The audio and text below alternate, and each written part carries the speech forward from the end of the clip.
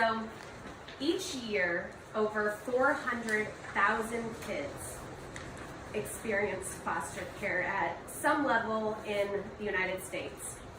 You could fill up the 4 largest football stadiums and still it would not hold the number of kids who are currently in the system.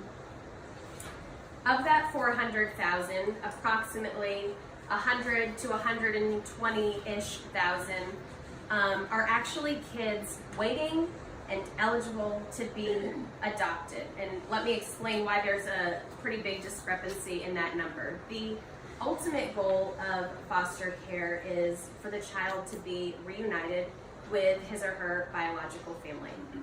But for that 100 to 120, it's already been determined that for whatever reason, that's not possible, and adoption is literally their only way out of the system. Michigan Football Stadium holds the largest capacity of 107,601, and that's interesting because if you fill that entire stadium up, that means everybody got a ticket, everybody showed up to the game, there was no COVID social distancing, 6 feet or 6 seats apart, everybody was packed into that stadium. That gives you somewhat of a rough idea of how many kids are currently waiting to be adopted. And in your handout, the black and white picture doesn't really do it justice, but I just tried to put something there so you could see instead of just a bunch of numbers. But that's Michigan Football Stadium.